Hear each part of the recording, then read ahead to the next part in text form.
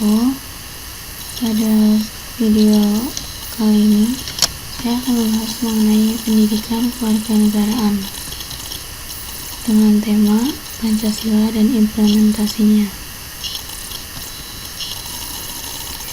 Yang pertama kita bahas adalah sejarah lahirnya Pancasila. Sejarah lahirnya Pancasila.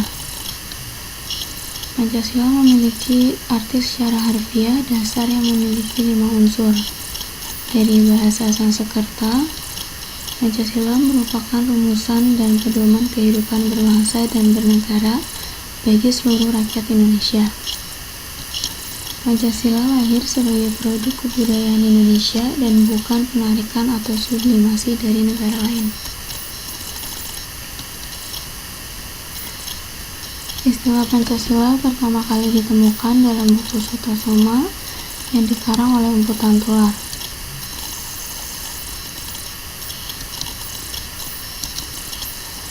Dalam buku itu, istilah Pancasila diartikan sebagai perintah kesusilaan yang jumlahnya 5, Pancasila Karma yang berisi 5 larangan. Larangan tersebut yaitu melakukan kekerasan, mencuri, berjiwa dengki, berbohong, dan mabuk minuman keras. Selanjutnya, istilah sila itu sendiri dapat dikatakan sebagai aturan yang melatar belakangi perilaku seseorang atau bangsa, kehidupan atau perbuatan yang menurut adab, sopan santun, dasar adab, akhlak, dan moral.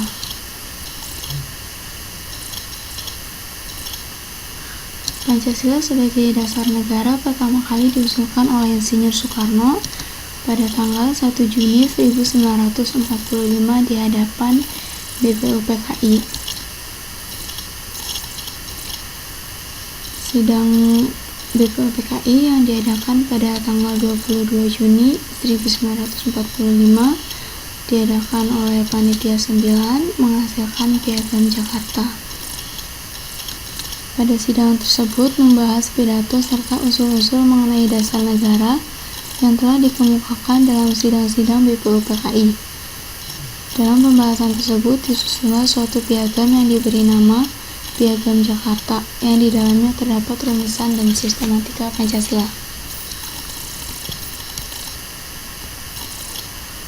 Gagasan yang diusulkan oleh Soekarno adalah sebagai berikut. Pertama, nasionalisme atau kebangsaan Indonesia. 2, internasionalisme atau perikemanusiaan. 3, mufakat atau demokrasi. 4, kesejahteraan sosial. 5, ketuhanan yang berkebudayaan. Dalam Piagam Jakarta terdapat rumusan dan sistematika Pancasila yaitu sebagai berikut. Ketuhanan dengan kewajiban menjalankan syariat Islam bagi pemeluk-pemeluknya, kemanusiaan yang adil dan beradab, persatuan Indonesia, kerakyatan yang dipimpin oleh hikmat kebijaksanaan dalam permusyawaratan perwakilan. Yang kelima, keadilan sosial bagi seluruh rakyat Indonesia. Tokoh-tokoh Panitia 9 terdiri dari Insinyur Soekarno, Muhammad Yamin, dan Muhammad Hatta.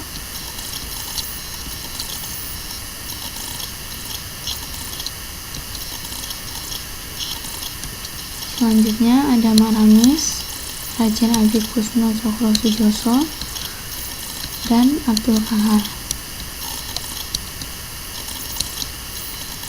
Selanjutnya ada Haji Abu Salim, Kiai Haji Wahid, dan Ahmad.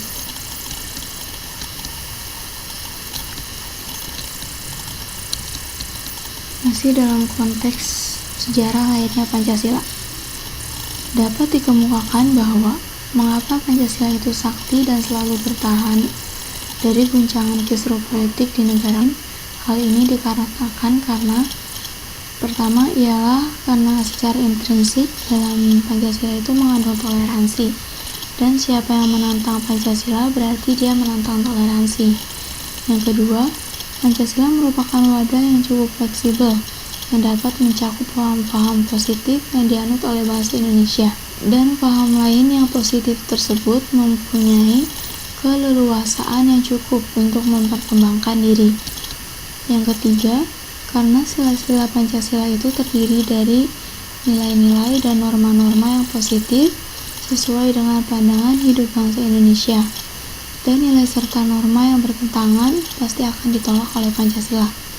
Misalnya ateisme dan segala bentuk kekafiran tak beragama akan ditolak oleh bangsa Indonesia yang bertuhan dan beragama. Yang keempat adalah karena bangsa Indonesia yang sejati sangat cinta kepada Pancasila, yakni bahwa Pancasila itu benar dan tidak bertentangan dengan keyakinan serta agamanya.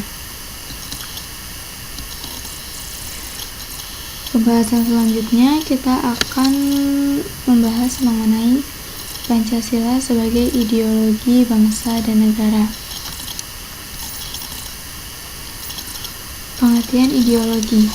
Secara etimologis, ideologi berasal dari bahasa Yunani, yaitu eidos dan logos. Eidos berarti gagasan dan logos berarti berbicara. Maka secara etimologis ideologi adalah berbicara tentang gagasan atau ilmu yang mempelajari tentang gagasan. Gagasan yang dimaksud di sini adalah gagasan yang murni ada dan menjadi landasan atau pedoman dalam kehidupan masyarakat yang ada atau berdomisili dalam wilayah negara di mana mereka berada. Ideologi adalah kumpulan ide atau gagasan. Definisi ideologi menurut BP 7 Pusat kini telah dilikuidasi. Ideologi adalah ajaran, doktrin, teori yang diyakini kebenarannya yang disusun secara sistematis dan diberi petunjuk pelaksanaan dalam menanggapi dan menyelesaikan masalah yang dihadapi dalam masyarakat, berbangsa, dan bernegara. Definisi yang dikemukakan oleh Profesor Dr. Maswadi Rauf, ahli ilmu politik Universitas Indonesia, ideologi adalah rangkaian atau kumpulan nilai yang disepakati bersama untuk mencapai landasan atau pedoman dalam mencapai tujuan atau kesejahteraan bersama.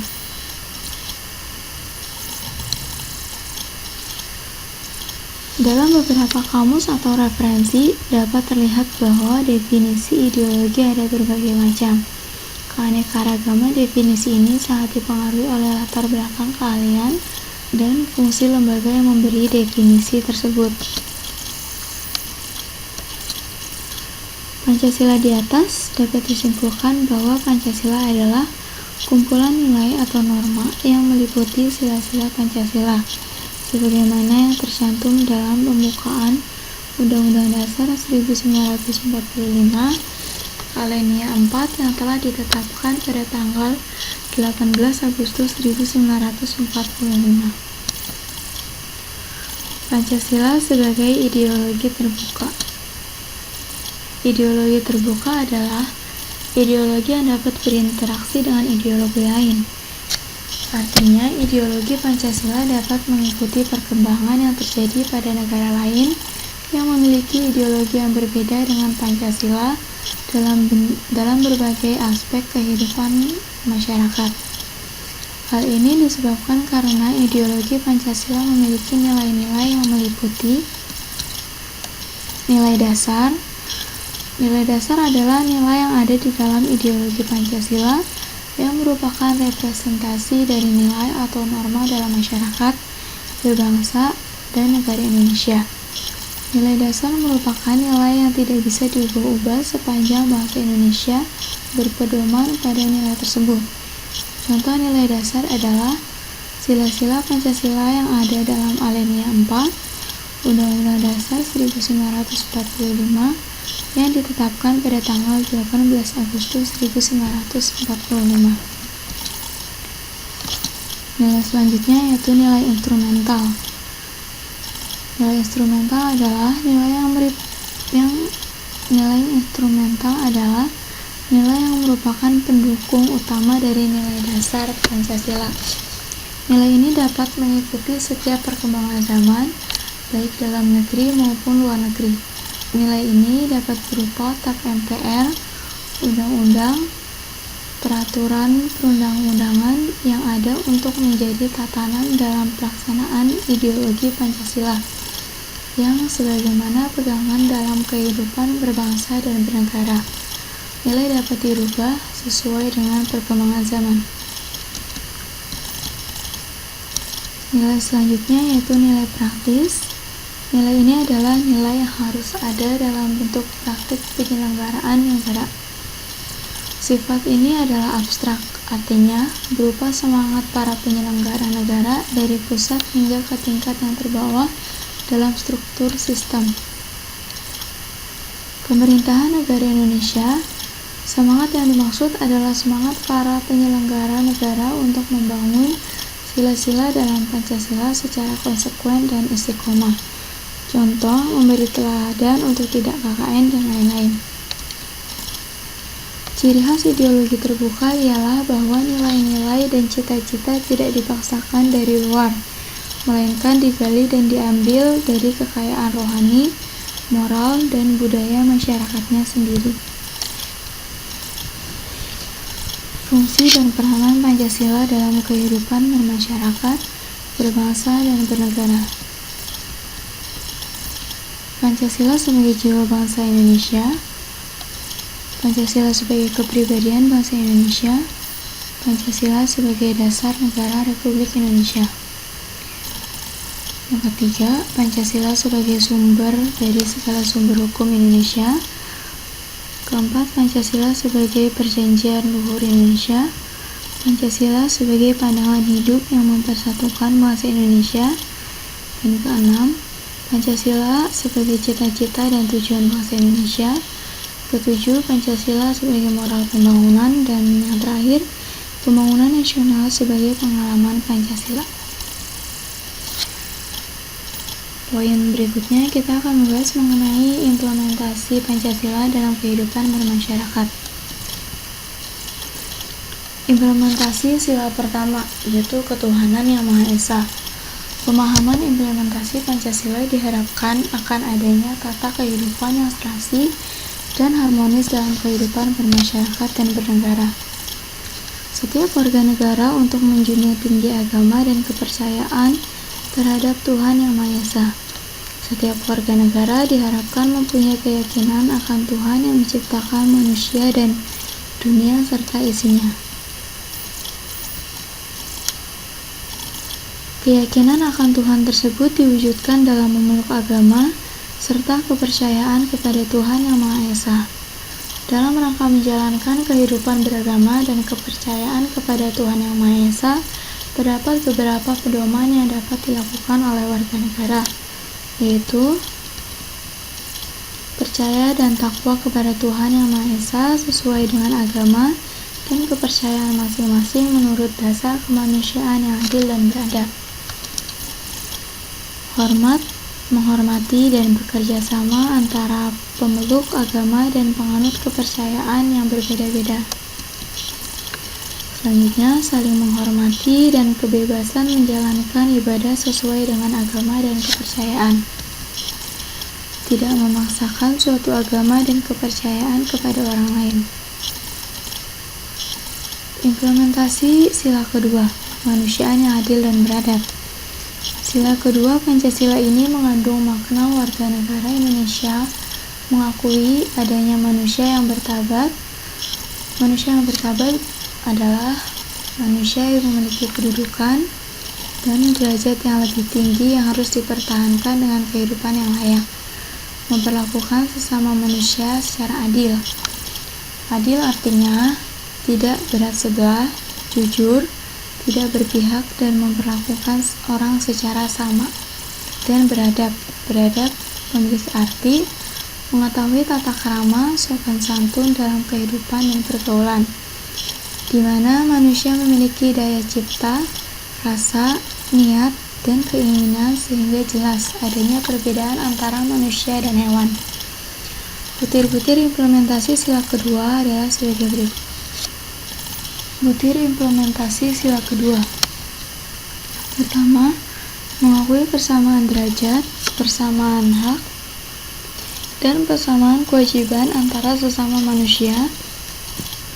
Yang kedua, saling mencintai sesama manusia. Yang ketiga, mengembangkan sikap tenggang rasa. Yang keempat, tidak semena-mena terhadap orang lain. Yang kelima, menjunjung tinggi nilai kemanusiaan. Dan keenam, gemar melakukan kegiatan kemanusiaan. Ketujuh, berani membela kebenaran dan keadilan. Implementasi sila ketiga, yaitu Persatuan Indonesia. Sila Persatuan Indonesia merujuk pada persatuan yang utuh dan tidak terpecah belah atau bersatunya bermacam-macam perbedaan suku, agama, dan lain-lain yang berada di wilayah Indonesia. Butir-butir implementasi sila ketiga adalah sebagai berikut. Pertama, menempatkan persatuan, kesatuan, kepentingan, serta keselamatan bangsa dan negara di atas kepentingan pribadi atau golongan. Yang kedua adalah berkorban untuk kepentingan bangsa dan negara.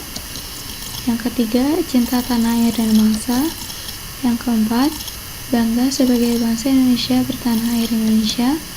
Yang kelima, mengajukan pergaulan demi persatuan dan kesatuan bangsa yang berbineka tunggal ika. Implementasi sila keempat, kerakyatan yang dipimpin oleh hikmat kebijaksanaan dalam permusyawaratan perwakilan. Sila keempat ini mempunyai makna bahwa kekuasaan ada di tangan rakyat dan dalam pelaksanaan kekuasaannya, rakyat menjalankan sistem perwakilan. Rakyat memilih wakil-wakilnya untuk pemilihan umum, dan keputusan-keputusan yang diambil dilakukan dengan jalan musyawarah yang dikendalikan dengan pikiran yang sehat, jernih, logis, serta penuh tanggung jawab baik kepada Tuhan maupun rakyat yang diwakilnya. Butir-butir implementasi sila keempat adalah sebagai berikut. Mengutamakan kepentingan negara dan masyarakat, tidak memaksakan kehendak orang lain, mengutamakan musyawarah dalam mengambil keputusan untuk kepentingan bersama, musyawarah untuk mencapai mufakat diliputi oleh semangat kekeluargaan. Selanjutnya, dengan itikat baik dan rasa tanggung jawab, menerima dan melakukan hasil keputusan musyawarah. Musyawarah dilakukan dengan akal sehat dan sesuai dengan hati nurani yang luhur. Keputusan yang diambil harus dipertanggungjawabkan secara moral kepada Tuhan Yang Maha Esa, menjunjung tinggi harkat dan martabat manusia serta nilai-nilai kebenaran dan keadilan. Implementasi sila kelima, keadilan sosial bagi seluruh rakyat Indonesia. Mengembangkan perbuatan-perbuatan yang luhur yang mencerminkan sikap dan suasana kekeluargaan dan kegotong royongan. Bersikap adil, menjaga keseimbangan antara hak dan kewajiban, menghormati hak-hak orang lain, suka memberi pertolongan kepada orang lain.